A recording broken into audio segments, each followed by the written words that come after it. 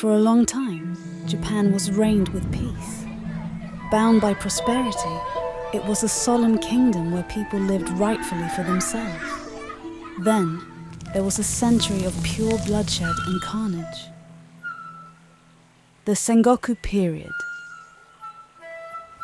Stories from the Sengoku period has been used by overly mothering mothers to instill fear on their stubborn children. One such story is the tale of Ishikawa Goemon. Ishikawa was a young boy from a samurai family, and like other young boys from a samurai family, he trained every day with his katana, his training becoming more and more dangerous as the days come. Japan in these times was constantly ravaged by wars that always seem oncoming. The only way for families to survive is to learn the ways of the samurai. From their brutal sword martial arts, kenjutsu, to even their poetry. One day, Ishikawa was finally of age to become a full-fledged samurai, same as his father before him and his father's father before him. However, he is met with one gruesome scene.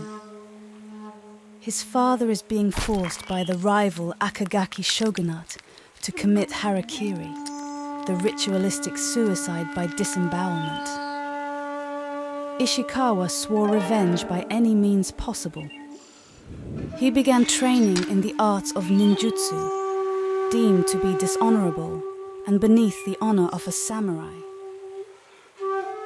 After many years of training ninjutsu, Ishikawa Goemon has finally become no one.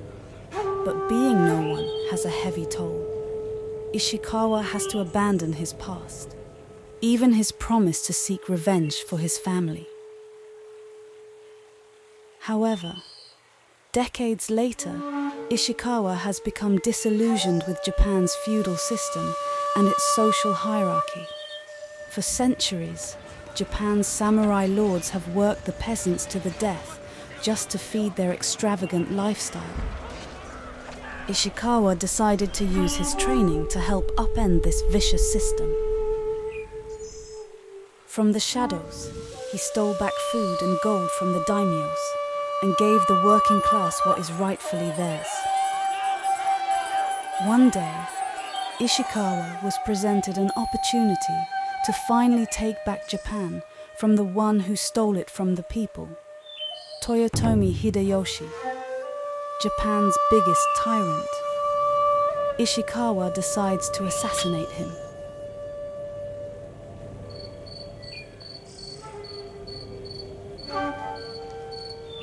At night, he scales the walls of Hideyoshi's castle and pretended to be one of his servants. When Hideyoshi was finally asleep, Ishikawa launches his attack. He quietly moves closer and closer.